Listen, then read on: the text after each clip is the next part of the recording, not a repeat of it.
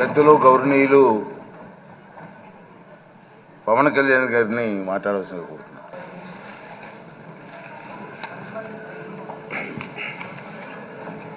పదహారవ శాసనసభకి ఏకగ్రీవంగా ఎన్నికైన సభాపతి శ్రీ చింతకాయల అయ్యన్న పాత్రుడు గారికి హృదయపూర్వక నమస్కారాలు, మీకు శుభాకాంక్షలు. ఇది నేను మొదటిసారి అసెంబ్లీలోకి అడుగు పెట్టడం. ఇలాంటి సుదీర్ఘ రాజకీయ అనుభవం ఉన్న దాదాపు 7 సార్లు ఎమ్మెల్యేగాను, ఒకసారి పార్లమెంట్లో అడుగుపెట్టిన మీకు, Panchayati Raj, technical education, forest, R&B అనేక మంత్రిత్వ శాఖల్ని సమర్థవంతంగా నిర్వహించిన మీకు ఈ సభాధ్యక్షుడు, ఈ స్పీకర్ స్థానంలో కూర్చోవడం నాకు చాలా ఆనందంగా ఉంది. ఎన్ని దశాబ్దాలు ప్రజలు రాజకీయ జీవనంలో, ఎన్ని దశాబ్దాలు ప్రజలు మీ వాడి వేడి చూశారు. మీకు కోపం వస్తే ఋషికొండను చెక్కినట్టు ప్రత్యర్థులకి పదునైన ఉత్తరాంధ్ర యాసలో గుండు కొట్టేస్తారు. ఒకటే బాధేస్తా ఉంది సార్, ఇకపైన మీకు తిట్టే అవకాశం లేకపోవడం. కానీ ఇక మీద సభలో ఎవరు తిడుతున్నా దాన్ని ఆఫ్ చేసే బాధ్యత మీ చేతిలోనే ఉంది. మీరే మైక్ ఆఫ్ చేయాలి. అంటే మా చిన్నప్పుడు నేను చూసేవాడు, ఒకసారి అల్లరి చేసే అబ్బాయిని క్లాస్ లీడర్ చేసేవాడు చిన్నప్పుడు మా స్కూల్లో.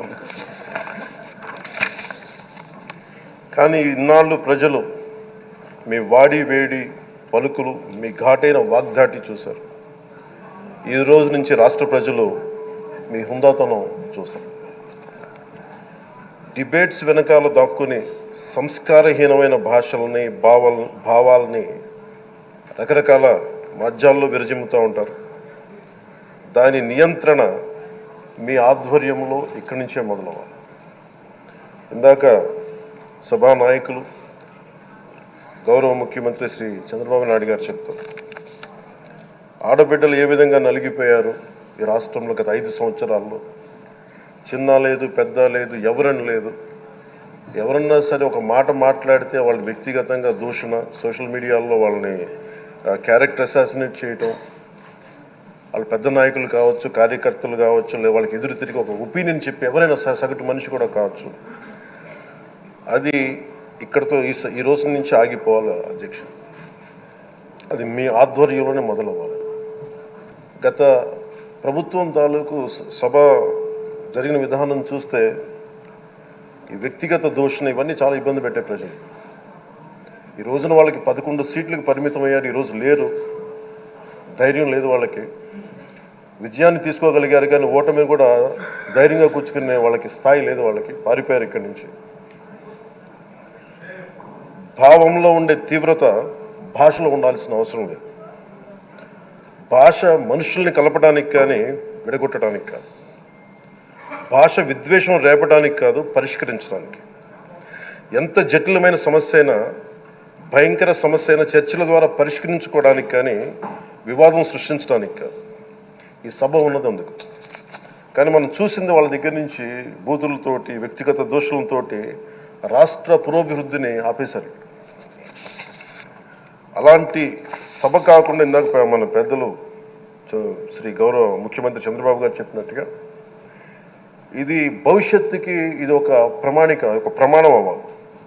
2047 వరకు ఇంత అద్భుతమైన స్థానంలో మనకి ఆంధ్రప్రదేశ్ తెలుగు జాతి ఉన్నత స్థాయికి వెళ్ళాలంటే ఈరోజు మనం వేసే ప్రతి అడుగు అది భవిష్యత్ తరాలకు ఒక నిర్దేశక, ఒక టచ్ స్టోన్గా ఉండిపోవాలి, గిట్ రాయిగా ఉండిపోవాలి. ఈ రోజున ఈ సభలో ఉన్న గౌరవ సభ్యులందరూ చట్టాలు చేయడానికి ఉన్నారు, చట్టాలు ఉల్లంఘించడానికి కాదు. విభేదించడం అంటే ద్వేషించడం కాదు, వాదించడం అంటే కొట్టుకోవడం కాదు. ఇవన్నీ విభేదించడం, వాదించడం ఇవన్నీ ప్రజాస్వామ్యానికి చాలా మౌలికమైన పునాదులు. ఆంధ్రప్రదేశ్ ఆవిర్భావం జరిగి అసలు భాషా ప్రయుక్త రాష్ట్రాల ఆవిర్భావమే మన ఆంధ్ర రాజ్యంతో మొదలైంది. అమరజీవి పొట్టి శ్రీరాములు గారి బలిదానం మీద మన రాష్ట్రం పుట్టింది. 56 రోజులు తిండి తిప్పలు తినకుండా నరకం అనుభవిస్తూ ఆయన బలైపోయారు. ఆయన మరణానికి చేరువవుతూ ఆమరణ నిరాహార దీక్ష చేసిన ప్రతిరోజు మనకి దాదాపు ఈ సుదీర్ఘమైన 6 దశాబ్దాల కాలం 1.5 సంవత్సర కాలం అంటే ఆయన ప్రతిరోజు చావుకు చేరువవుతూ భోజనం లేకుండా ఆయన గడిపిన ప్రతిరోజు మనకి 1.5 సంవత్సర కాలం. అలాంటి నేపథ్యంలో అలాంటి మహోన్నతుడు శ్రీ పొట్టి శ్రీరాములు గారి త్యాగాన్ని కనుక మనం ఈ సభలో ప్రజా సంక్షేమం కోసం మాత్రమే చర్చలు జరగాలి, వాదోపవాదాలు హద్దులు దాటకుండా ఉండాలి, వ్యక్తిగత దూషణకి తావివ్వకుండా ఉండాలి. అలా కాకుండా గత ప్రభుత్వంలాగే ఈ సభని తిట్లకి బూతులకి కొట్లాటికి వాడితే ప్రతి నిమిషం పొట్టి శ్రీరాములు గారి బలిదానాన్ని అవమానం చేసినట్టే. ఒక గొప్పవాడు ఒక మహానుభావుడు బతికినప్పుడు మాత్రమే కాదు, చనిపోయిన తర్వాత కూడా కొన్ని తరాలు ఉపయోగపడతారని నిరూపిస్తారు. అలాంటి కోవకు చెందిన మహానుభావులు ఆంధ్ర రాష్ట్ర సృష్టికర్త, భాషా ప్రయుక్త రాష్ట్రాలకు శ్రీకారం చుట్టిన ద్రష్ట, అమరజీవి శ్రీ పొట్టి శ్రీరాములు గారి స్మృతిలో ఒక విలువలతో కూడిన ఒక సత్సాంప్రదాయాన్ని తెరలేపుతూ మీ ఆధ్వర్యంలో ఈ సభ జరగాలని, ఈ 5 ఏళ్ల ప్రజాప్రస్థానంలో ఈ విలువైన 5 ఏళ్ళు రాబోయే తరానికి గొప్ప భవిష్యత్తునిచ్చేలా, అన్నం పెట్టే రైతుకి, కౌలు చేసుకునే రైతుకి, రైతు కూలీకి అండగా ఉండేలా, మహిళలకి భద్రతతో పాటు ఉన్నత స్థాయికి ఎదిగేలా, ప్రభుత్వ ఉద్యోగులకి భద్రత కల్పించేలా, పశువు పక్షి ప్రకృతి సర్వజనులందరికీ కూడా మతాలకి ప్రాంతాలకి అతీతంగా సుభిక్షంగా అభివృద్ధి పదంలో ఆంధ్రప్రదేశ్ ఆంధ్ర రాజ్యం అద్భుతమైన ప్రగతి సాధించేలా ఈ చర్చలు సాగాలని కోరుకుంటూ, సభాపతి అయ్యన్న పాత్రుడి గారికి